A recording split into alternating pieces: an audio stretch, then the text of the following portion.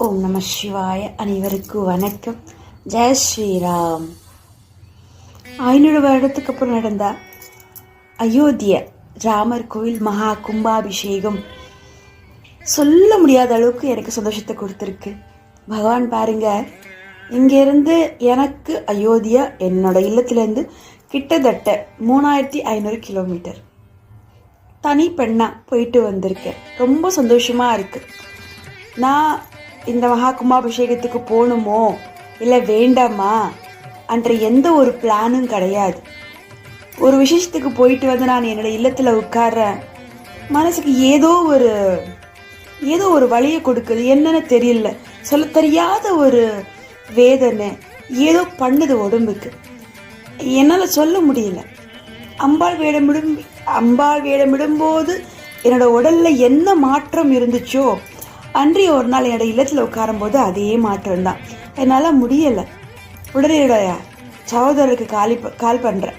அப்பா, எனக்கு இப்படி நடக்குது, என்னன்னு தெரியல, என்ன பண்ணலாம் எது பண்ணலான்னே தெரியல, எதுக்காக இப்படி பண்ணுதானே எனக்கு தெரியல. ஆனால் சரி, ஒரு எட்டு நான் வந்து செல்லையாவது பார்க்கலாம், இந்த நமக்கு இருக்கிற சோஷியல் மீடியா அதாவது பார்க்கலான்னும் போது சோஷியல் மீடியா ஓப்பன் பண்ணால ராமா ராமா ராமா ராமா ராமருடைய அந்த கும்பாபிஷேகத்தை மட்டும்தான் என் கண்ணுக்கு தெரியுது. வேறு எந்த வீடியோவுமே எனக்கு தள்ளும் போது வரல. உடனடிய சகோதரருக்கு கால் பண்ணுறேன். அப்பா கூப்பிட்றேன் நான். சொல்கிறாரு, என்னம்மா என்னாச்சு? இல்லைப்பா, நான் அயோத்தியா கிளம்பணும். தம்பி சொல்லுது, என்னது அயோத்தியா? என்னம்மா ஏதோ பக்கத்து வீதியில் இருக்கிற மாதிரி சொல்கிற. அயோத்தியா இங்கேருந்து எவ்வளோ தூரம், டிக்கெட் கிடைக்கணும், பாதுகாப்பு வேணும், எத்தனை விஷயங்கள் இருக்குல்லம்மா. ஆனால் அவர் சொல்கிறாரு, சரி ஒரு 4 பேர் இருக்கிட்ட விசாரிக்கலான்னும் போது 4 பேர் என்ன 10 பேருக்கு கால் பண்ணும்போது கூட சொன்ன ஒரே ஒரு விஷயம், நீ போகாத, அங்கே வந்து தனி பெண்ணாக போக முடியாது, ரயிலுக்கு டிக்கெட் கிடைக்காது, ரொம்ப கஷ்டமாக இருக்கும், அது வந்து வடநாடு, வழி தெரியாது, ஏகப்பட்ட இது எல்லாமே பெரிய பெரிய போலீஸ் எல்லாம் ரைஃபிள் வச்சுக்கிட்டு நிற்கிறாங்க, பலத்த பாதுகாப்பு இருந்தாலும் போகிறது ரொம்ப கொஞ்சம் ஆச்சரியமான ஒரு விஷயந்தான், ரொம்ப கஷ்டம்தான். ஏன்னா 500 வருடத்துக்கு அப்புறம் மகா கும்பாபிஷேகம் நடக்குது, எப்படி போக முடியும் தனியாக உன்னால்? இருக்கட்டும்மா, பிறகு போய்க்கலாம் அன்னு சில பேர் சொன்ன வார்த்தைகள் அதான். ஆனாலும் என்னோட மனம் நிற்கல, கால் நிற்கல. நான் என்னோட உடல் எனக்கு இங்கேருந்து போகணும், அயோத்தி போகணும், மகா கும்பாபிஷேகத்துக்கு போகணும். முதல் நாள் எல்லாருக்கும் விஐபி தரிசனம், 2ஆம் நாள் எங்களுக்கு 3ஆம் நாளாவது நமக்கு கிடைக்கும் மேலே தரிசனம். ஆனால் நான் அதுக்கு முன்னாலே நான் என்னோட இடத்துலேருந்து நான் கிளம்பணும் ஆனால் சொல்லி மனசுக்குள்ளே ஏகப்பட்ட கேள்வி. முதல் யோசனை பண்ண என்னுடைய தம்பிக்கிட்டேருந்து கால் வருது. அம்மா நீ கிளம்பு, தயாராகு, பகவான் உன்னை கூட்டிட்டு போவாரான்னு சொல்லி அவன் எங்கேருந்தியோ ஒரு ஊருக்கு அவன் போயிருக்கிறான். அங்கேருந்து அவன் சொல்கிறான். இந்த நம்பிக்கையோடவே மறுநாள் வந்து ரயில் பயணத்துக்காக டிக்கெட்டுக்காக போகிறேன். அங்கே வந்து, அம்மா உங்களுக்கு அயோத்திக்கு டைரெக்டாக வந்து பார்த்தீங்கன்னா இப்போதைக்கு டிக்கெட் கிடையாது, ஆனால் வெயிட்டிங் லிஸ்ட்டில் இருக்குது, போவீங்களா? ராமேஸ்வரத்துலேருந்து போகிறீங்களா, இல்லை சென்னையிலேருந்து போகிறீங்களா, இல்லை திருச்சியிலேருந்து போகிறீங்களான்னு அவர் கேட்குறாரு. முதல்லையும் இல்லைன்ற மாதிரி தலை ஆட்டினவர் அதுக்கப்புறம் இரம்மா இருக்குது வெயிட்டிங் லிஸ்ட்டு யாவது இருக்குது, நீ போவியான்னு கேட்டாங்க. என்னோட நோக்கமே பகவானை பார்க்குறது மட்டும்தான். அது ட்ரெயினில் நின்றுட்டு போகணுமா, இல்லை அந்த கூட்டத்தில் நான் போகணுமா, அந்த ஒரு எதுவுமே கிடையாது. ஆனால் நான் போகணும், நான் அயோத்தி போகணும், அது மட்டும் தான் என் மனசில் இருக்குது. இப்போல்லாம் சில பேர்கிட்ட கேட்டால் நான் ஃப்ளைனில் போகிறேன், 4 மாதம் முன்னாலே புக் பண்ணி போகிறேன். எனக்கு அப்போ அப்படி தோணல.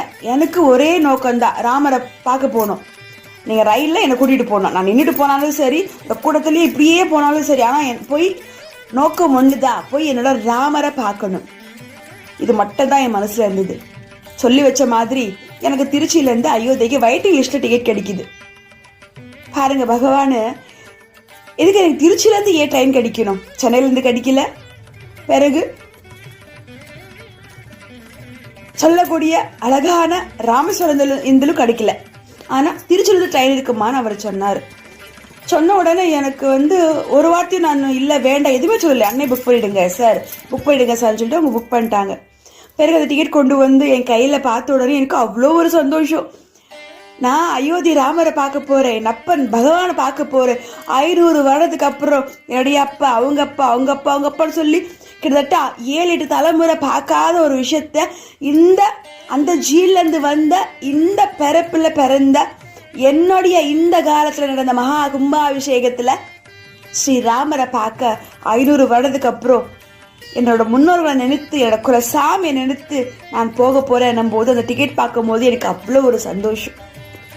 எல்லா பெருமையும் என் குலசாமிக்கும் என்னுடைய முன்னோர்களுக்கு தான். அவங்க எவ்வளோ ஆசையாக இருந்திருப்பாங்க, ராம ஜென்ம பூமியை நான் போய் பார்க்கணும், அதை நம் கைவசம் ஆகணும், தர்மம் ஜெயிக்கணும், ராமர் கோயில் மகா கும்பாபிஷேகம் நடக்கணும்னு சொல்லி என்னோட முன்னோர்கள் பாரம்பரியத்தில் கிட்டத்தட்ட 6-7 தலைமுறை எவ்வளோ காத்து கொண்டு இருப்பாங்க. ஆனால் யாராலையும் முடியலல்ல. இந்த காலத்தில் நம்ம காலத்தில் மகா கும்பாபிஷேகம் நடந்திருக்கு.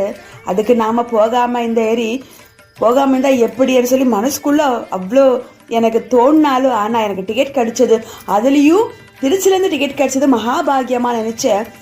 அப்போ எனக்கு தோணலை, நான் டிக்கெட் வாங்கும்போது எனக்கு திருச்சிலேருந்து டிக்கெட் கிடைக்குதுன்னு எனக்கு அப்போ எதுவுமே தோணல. ஆனால் அயோத்தி போனதுக்கப்புறம் தெரியும், அந்த காலத்தில் அயோத்தி ராமர் நம்மளோட மாதிரி மாணவ பிரிவில் அவரு ஜன்மபூமியில் அயோத்தியா ஜன்மபூமியில் வாழும்போது அவருக்கு குலசாமி நம்மளுடைய திருச்சி ஸ்ரீரங்கநாதர் தான் சொல்லி அப்போதான் எனக்கே தெரியும். பகவான் பாருங்க, என்னை நினச்சதா ஒரு சென்னையிலேருந்து கூட்டு போயிருக்கலாம், ராமேஸ்வரத்துலேருந்து கூட்டு போயிருக்கலாம். ஆனால் எனக்கு திருச்சி டிக்கெட் தான் கிடச்சது. திருச்சியில் போய் திருச்சி அந்த பூமியில் நான் என்னுடைய கால் பதிஞ்சு அந்த பூமி தாயை நான் வேண்டிட்டு அயோத்திக்கு ட்ரெயின் ஏறும்போது எனக்கு என்னமோ தெரியாது, எனக்கு அவ்வளோ ஒரு சந்தோஷம், என்ன அறியாமல. ஆனால் அயோத்திக்கு போனதுக்கு அப்புறம் தான் தெரியும், ராமபெருமானுக்கு அவர் வாழ்ந்த காலத்தில் திருச்சியில் இருக்கிற ஸ்ரீரங்கநாதர் தான் குலசாமி என்று. அந்த மண்ணை மிதித்து போன எனக்கு சந்தோஷம் சொல்லவே தேவையில்லை. அங்கே போய் இந்த விஷயத்தை தெரிஞ்சுக்கிட்டேன், நான் ரொம்ப சந்தோஷமாக இருந்தது. இப்படி அயோத்திய பயணம் வந்து அதுக்கப்புறம் எல்லாருக்கும் சொன்னேன், இந்த மாதிரி டிக்கெட் எல்லாம் கிடச்சி வரும்போது எல்லாருமே சந்தோஷப்பட்டாங்களா, இல்லை எப்படி இந்த பொண்ணு போயிட்டு வரோன்னு நினச்சாங்களா, என்ன நினச்சாங்கன்னு தெரியல.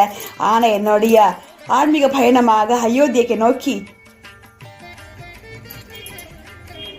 அம்பிகை அருளால, எனக்கு சாமி அருளால, என் முன்னோர்கள் அருளால நான் அயோத்தி கிளம்புறேன். நல்ல மகிழ்ச்சியாக அயோத்தியில் இறங்கின உடனே அந்த பூமா தாய்க்கு நான் வேண்டிக் கொண்டு, அம்மா தாயே, இந்த பூமிக்கு நான் என்னை கூட்டு வந்தாயா, நான் என்ன பாக்கியம் செஞ்சேனா, என்னோட முன்னோர்களுக்கு கொடான கோடி நன்றி, இந்த குழந்தையும் இந்த உலகத்துக்கு கொடுத்தீங்களா பகவானே அதை சொல்லி அவங்க எல்லாருக்கும் பிரார்த்தனை பண்ணி என் குலசாமிக்கு நன்றி சொல்லி சராயு நதியில் போய் குளிச்சு போய் ராமரை போய் பார்க்குற, அதுக்கு முன்னாடி ஸ்ரீ ஆஞ்சநேயரை போய் பார்க்குற அந்த நொடியே அப்பா பகவானே ஸ்ரீராமரே ஆஞ்சநேய பெருமாறேன்னு சொல்லி என் கண்ணில் ஆனந்த கண்ணீர்.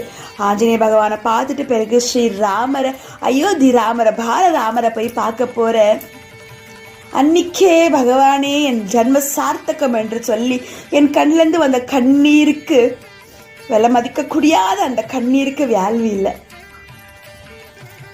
அந்த எப்படி சொல்றது, அந்த கண்ணீர் வெள்ளை மதிக்கக்கூடியது. அவ்வளோ ஒரு அந்த கண்ணீர் துளி பூமா தாய்க்கு விழும்போது என் ஜன்ம சார்த்தகம் சொல்ல தெரியல. அந்த அளவுக்கு அந்த நொடி நான் ரொம்ப ரொம்ப சந்தோஷமா இருந்தேன்.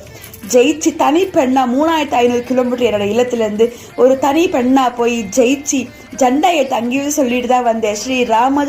ஸ்ரீராமஜெயம். சென்னை திருப்பூர்லேருந்து இந்த குழந்தை வந்திருக்கு பகவானை பார்க்க.